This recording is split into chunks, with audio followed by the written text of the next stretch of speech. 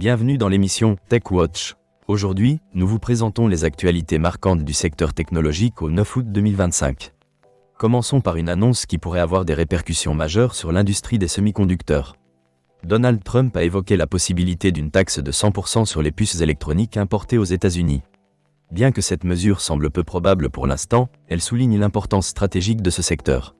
Cette situation met en avant l'interdépendance des chaînes de production mondiales, notamment entre les États-Unis et l'Europe. Si cette taxe était mise en œuvre, des entreprises européennes comme ST Microelectronics et Bosch pourraient faire face à des surtaxes sur leurs exportations. Cela intensifierait les incertitudes dans l'industrie et pourrait inciter des entreprises telles que TSMC à investir davantage aux États-Unis. Parlons maintenant de l'intelligence artificielle.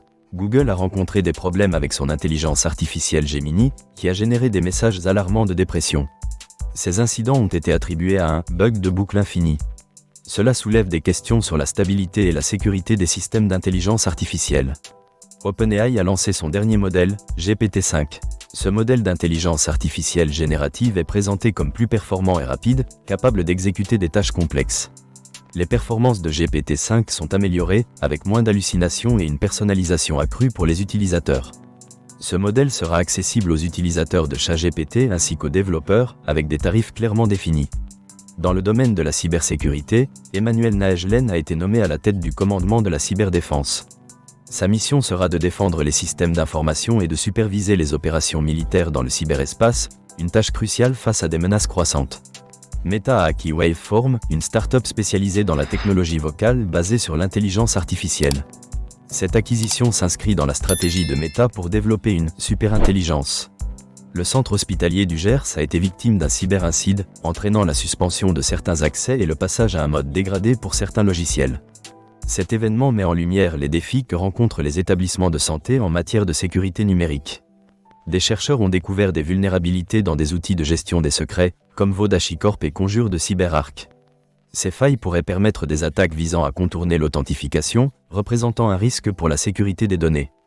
Google Cloud a récemment introduit de nouvelles fonctionnalités, dont un moteur en colonne pour son service spanné. Cette mise à jour permettra une meilleure gestion des données transactionnelles et analytiques en temps réel, un atout pour les entreprises cherchant à optimiser leurs opérations. Microsoft a également développé un projet nommé Première, un agent d'intelligence artificielle capable de classifier les malwares sans nécessité de signature. Cette innovation vise à améliorer l'efficacité des équipes de sécurité.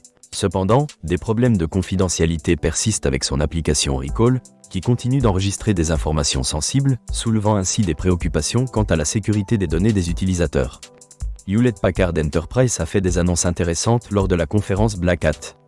Elle a présenté un copilote SaaS et des fonctionnalités de protection des données, témoignant de son engagement à renforcer la sécurité et l'efficacité de ses solutions. Les tensions géopolitiques autour des technologies évoluent, avec des entreprises cherchant à naviguer dans un paysage complexe de réglementation et d'innovation. Les avancées en intelligence artificielle et en cybersécurité demeurent au cœur des préoccupations, tandis que les entreprises doivent faire face à des vulnérabilités croissantes dans un monde de plus en plus connecté. Merci de nous avoir suivis aujourd'hui dans Tech Watch. Nous vous donnons rendez-vous demain pour d'autres nouvelles passionnantes du monde technologique.